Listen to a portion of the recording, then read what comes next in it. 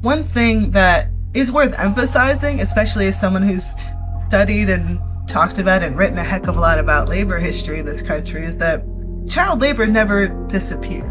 We fought against it, sure, but it didn't go anywhere, especially, for younger, immigrant children, Black and brown children. There are kids right now working in fields in California and slaughterhouses in the Midwest and poultry plants in the South. That never went away. And it's getting worse right now. Those conditions are going to become more dangerous and more hazardous and just more messed up for young workers and for kids. As, we kind of stare down this moment of major labor laws under threat and safety regulations being pulled back. What happens when labor protections unravel and kids are caught in the gears? We follow the thread from factory floors to family budgets and ask why the people making the rules keep looking the other way. That's ahead on Speaking of Kids. Hey, ambassadors, I'm Messellech Abebe, but call me Selley. I'm so glad you're here today. Whether you're folding laundry or dodging Legos barefoot, or you have a minute of solitude driving and running errands, you made it. Congratulations. We're so glad to have you here.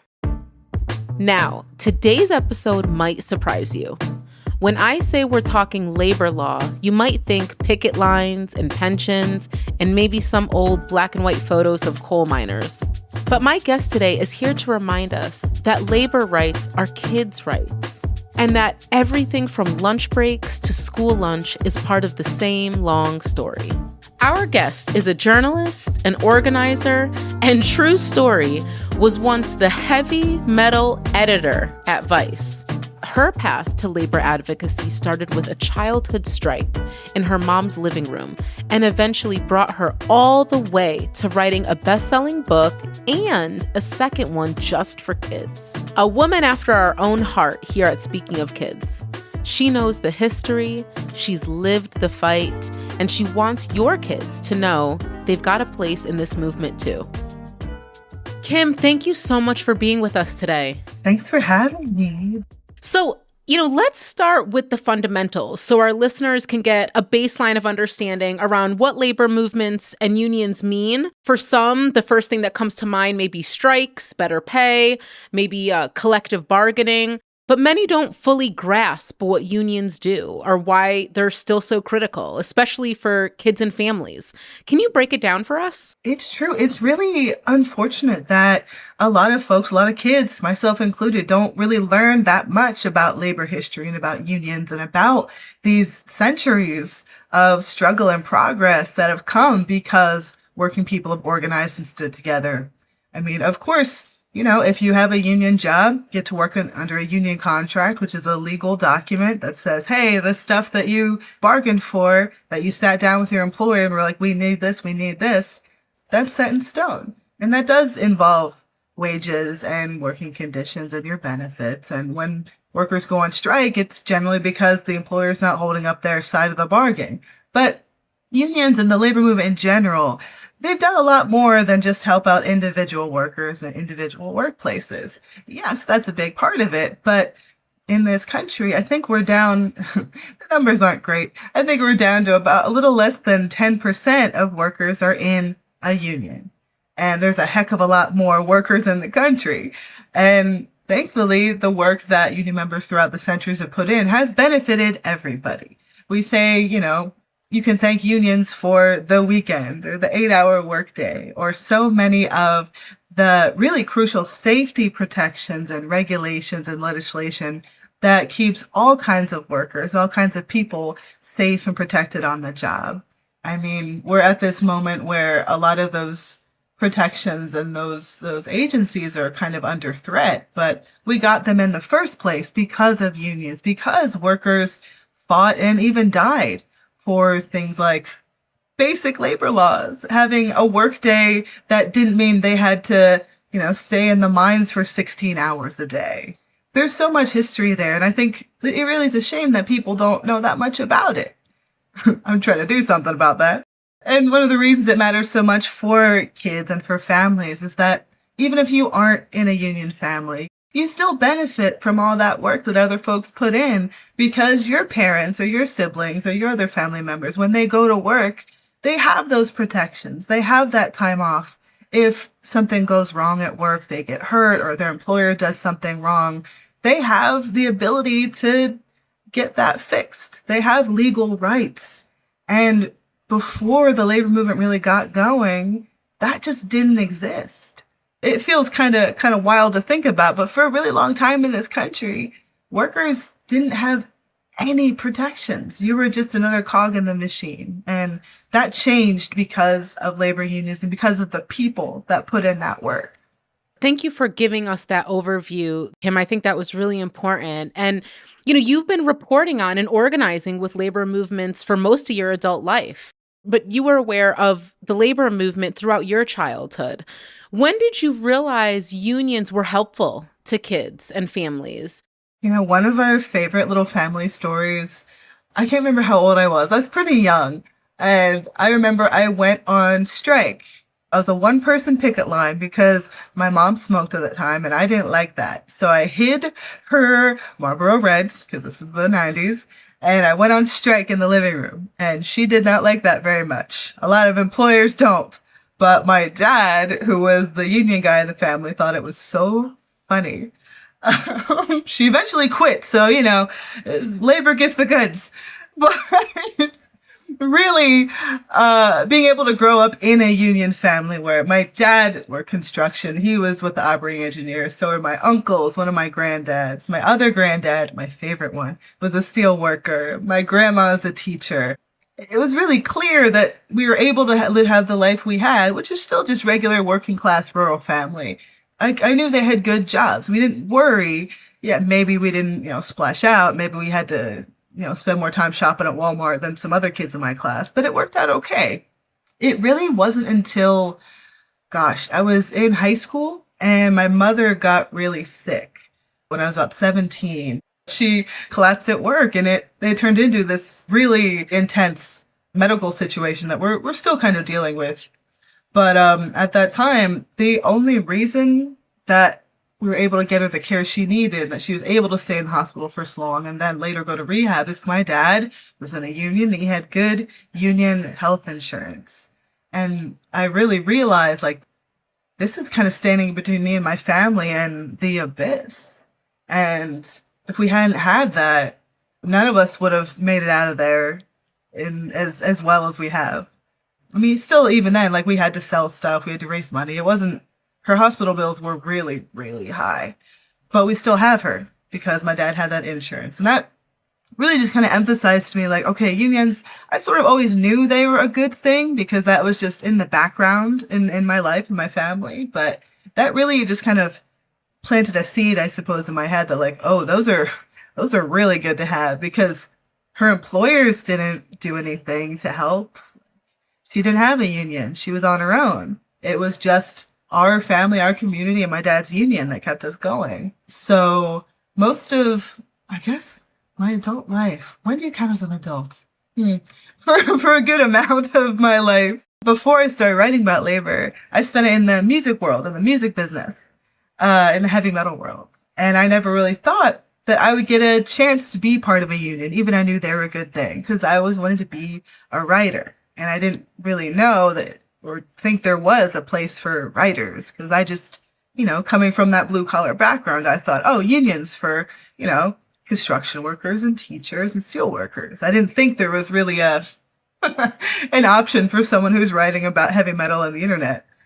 But as it turns out, there was. I was living in New York at the time. I was working for a media company called Vice, where I was the heavy metal editor. A couple weeks after I was brought on full time there, some coworkers pulled me aside and asked if I'd be interested in unionizing. And I said, oh, thank God. I'm new, but I can tell we need that.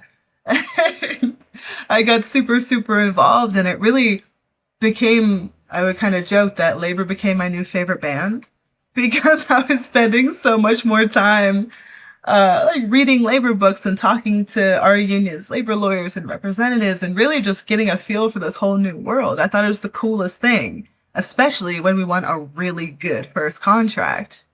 And that's kind of what precipitated my shift in towards covering labor more than music, because I kind of realized that this is something, honestly, much like heavy metal, that is so cool and has so much history and really helps people, but a lot of folks don't know it's there or don't think that it's for them. And the same way that, Cannibal Corpse might just turn out to be your cup of tea if you give them a shot, being in a union can make your life better in really tangible ways too.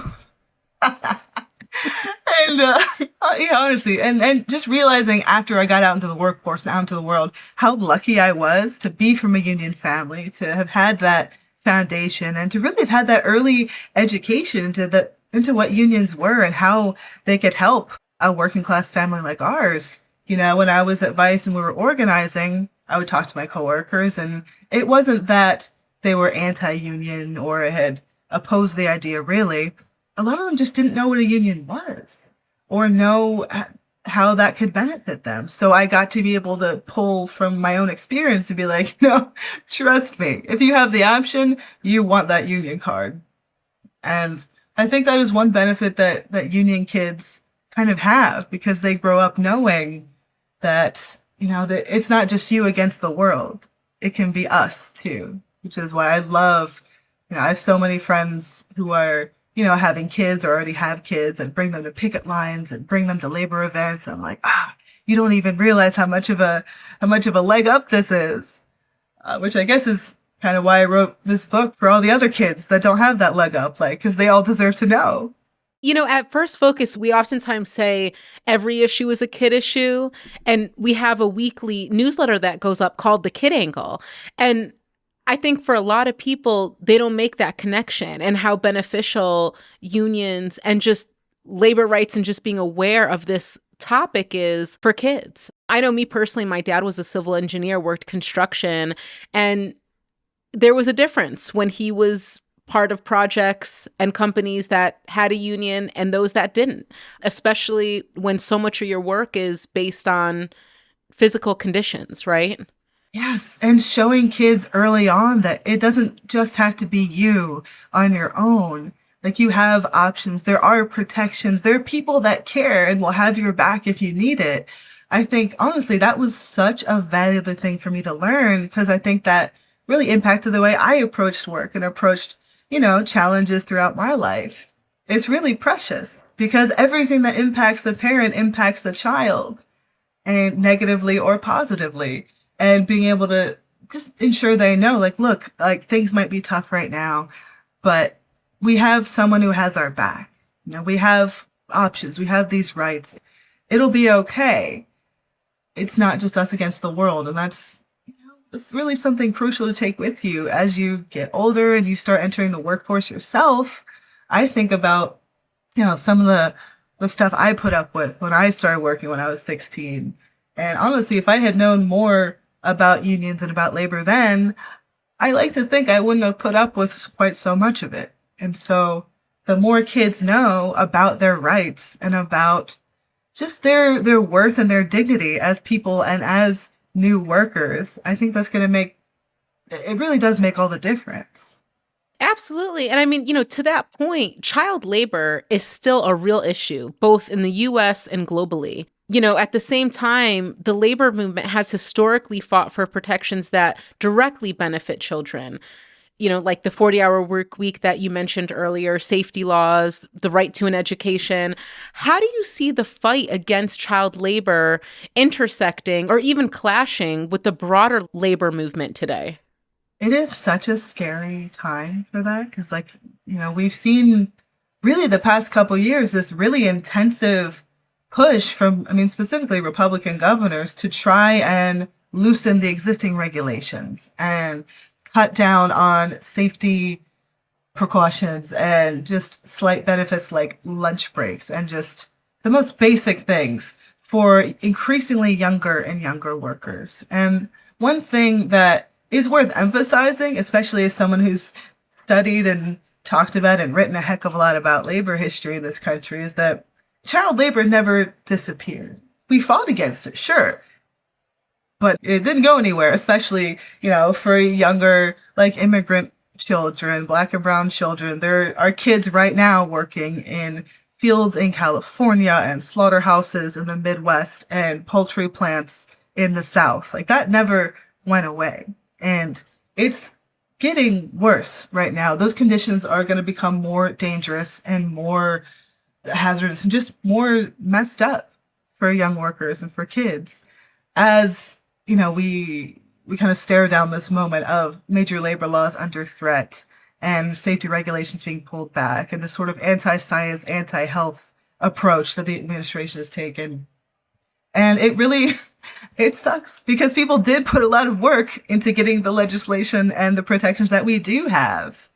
And I really think that the labor movement writ large, we have to make sure not to forget about the kids, not to forget about these young people who are in these impossible situations. And it's difficult in a way because, you can't quite unionize a bunch of kids. You could at least have meetings and organize them, but they have school, they have a lot going on. But at the very least, connecting with their parents and their local community and trying to engage with these recalcitrant politicians to emphasize, like, it is not okay that a 16-year-old is now able to work overnight shifts in some parts of the country. It is not okay that a 14-year-old is at risk of losing an arm in an industrial machinery situation. It makes my brain melt a little bit because we have access to history books. We see how bad it can get. And yet the pursuit of profit and the disregard for human rights and for kids' human rights has put us in this position. And I'm not in charge of the whole movement. I guess that's probably a good thing. But if I was, I would very much encourage unions and labor organizations and worker-friendly politicians to ensure that this issue does not get kind of lost in the sauce. There's a lot going on, obviously, but we need to ensure that the most vulnerable among us are being protected and are not forgotten.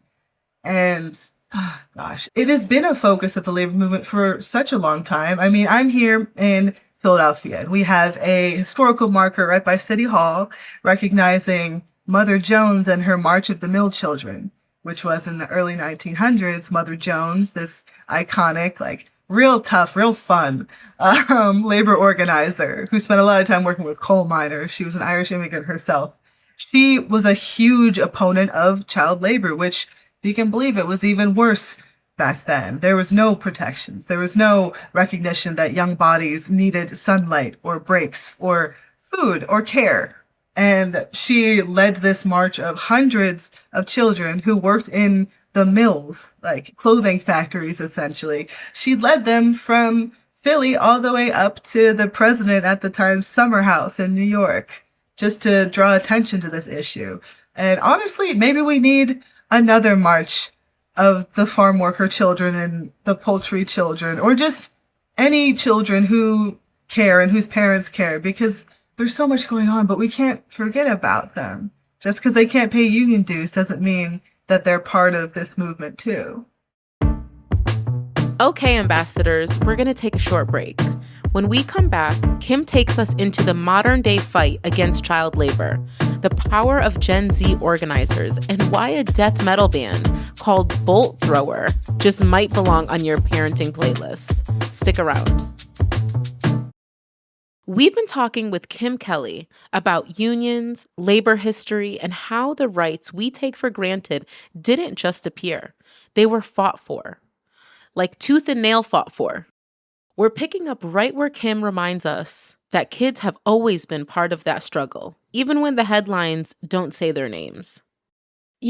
My kids love Mr. Beast, and you may have deeper insight, but I went down a rabbit hole because I think he is just so fascinating in the sense that, commitment and consistency to a craft and something that you're passionate about can get you really far. But he recently elevated the issue of child labor laws in the cocoa industry, in the chocolate industry. Okay.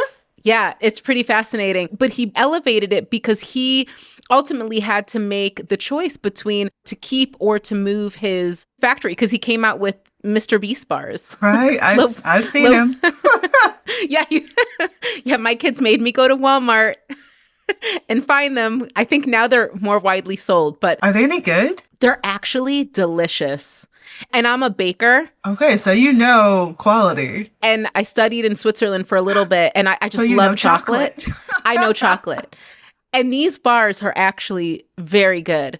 And I like the size. They're a little smaller, but he elevated this issue. So he might be the one to kind of, and definitely has the resources to engage in a child labor Honestly, rights march. Like, we need all the help we can get. Like, if we can convince him to, like, throw some, I don't know, like, at a maze or something, maybe we can get him on board. But, my kids are now growing up during the growth of AI, and from a labor perspective, what should we as parents and aunts and uncles and community members be cognizant of? And how do we protect workers' rights for our kids' future? Oh, it's scary. Like, I'm a writer, so having some sort of mysterious force that can summarize something that took me more than a few minutes to write and research and report is stressing me out too. And actually, my union, the Writers Guild of America East, they were part of a big strike a year or so ago, and AI protections was a big focus of their demands because there were screenwriters who were facing like loss of work because of AI scripts, and actors who were facing this kind of terrifying proposition of having their likenesses used without their actual bodies. Like, it's all very sci-fi in a way that is really spooky. But honestly, there's also such a deep labor aspect to it, because it seems to me, and I'm not a tech expert, but it seems to me that so many of the uses that AI is being used for, it's impacting artists and independent creators, and it's not really being used to make people's lives easier. It's being used to kind of make people's lives worse and more hollow, and actively hurt artists and writers, just everybody who you would think the world would not want to automate away. Like, I think there's this sort of almost incredulity about the fact that AI and this sort of machine assisted whatever situation we're in, like, they should be figuring out how to make it do the dishes, or how to do the most dangerous, like, toxic disposal jobs. Like, it should be making people's lives easier. Ugh, that's a whole other kettle of fish, I suppose. But I think if you have like a little person who is trying to figure out what's real and what isn't, and how to value the work that people put into things like videos and books and paintings, I think is a really crucial moment to be explaining how that work works. Like, a real person made this. Like, maybe let's watch a video on what it looks like to paint something like this. Or maybe let's listen to a podcast about music production. Like, I think we have an opportunity now, when the technology is still kind of new, to really make sure that the generation who's going to come up with it being even more infused in their day-to-day life, to understand and recognize that this is built on actual labor and work and love that people are putting out into the world. Just because you could ask ChatGPT or whatever to like write your book report, that's not helping you, and it's not helping the world, and it just means you're learning less, and it's taking away from the people that put in all that work to make sure that information exists. I really just think that we have an opportunity for the younger generation, before AI becomes so commonplace, to make sure they at least understand that this is new and it's not necessarily fair. Like, work has value, creative work has value. Just because you can do something in 5 minutes and get like a so-so facsimile doesn't mean that it's not worth looking for the real stuff and supporting the real stuff and making the real stuff. We want the next generation to paint and write and create poetry and learn to play instruments. Like, we don't want to lose that. Just because it's easier doesn't mean it's better. And I guess that's a good lesson for any kid about anything, right? But especially when it comes to that creative labor, like, it has worth, it matters. Like, I'm not a parent, but I do not envy y'all trying to thread these needles. I appreciate that. And I appreciate your insights. And this may be inspiration to your second book, Fight to Win, Heroes of American Labor. It's a book written for young readers in mind. What is your hope for when kids read the stories? So this is the young reader's edition of my first book, Fight Like Hell, The Untold History of American Labor. And I'm so excited that I got to do this. It almost started not as a joke, but I just sort of tossed off on Twitter one day, like, what if I wrote a kid's book? And people were like, what if you did? And then my agent was like, you could. And it all kind of snowballed from there. I am perpetually giving myself homework, but such is the life of a writer. And I'm really, really happy that I have the opportunity to share these stories with the younger generation. Because just like, I hoped to reach adults and maybe more advanced readers with my first book and show them that the history of labor in this country is so vibrant and diverse and frustrating and illuminating and inspiring, and that they have a place in it. I think having the opportunity to show that to kids is going to be even more valuable. Because, like we said earlier, not a lot of kids get a lot of education about labor history, about unions, about anything. And if they do, it's probably a little surface level, right? They're not going to necessarily get into the nitty gritty or the weeds or the complicated parts. And they're probably not going to hear that much about people that don't have statues or days named after them, right? Like Walter Reuther, maybe. Cesar Chavez, that'd be nice. But you're not necessarily going to learn about people like, Su Ko Lee, Chinese garment worker who helped lead a strike in Chinatown in the 1930s, or Maria Moreno, who was an indigenous and Mexican mother of 11 who became the first female farm worker to be hired as a union organizer in the country, or Ben Fletcher, a black dock worker who helped organize an interracial union in 1910 in Philly that ran the South Philly docks for a decade. Like, those people are so cool and they did so much, and they're just not as available, but they should be. Because I wanted, when I was putting this book together, and in the other book too, I wanted to ensure that it had as many kinds of people and kinds of stories as possible, because I wanted anyone who picked it up to be able to find themselves in there. Read about someone just like you, of your identity, your background, your language, your whatever, however, you identify yourself, who has done something so hard and so incredible. And even if they lost, the work they did built up a foundation for the next round of people to keep pushing. I think that's so critical, especially for kids who are, feeling marginalized or feeling like they and their communities are under threat, who maybe don't know as much, that maybe they don't come from a union family. Maybe their community or the industry their families are in is less likely to be unionized.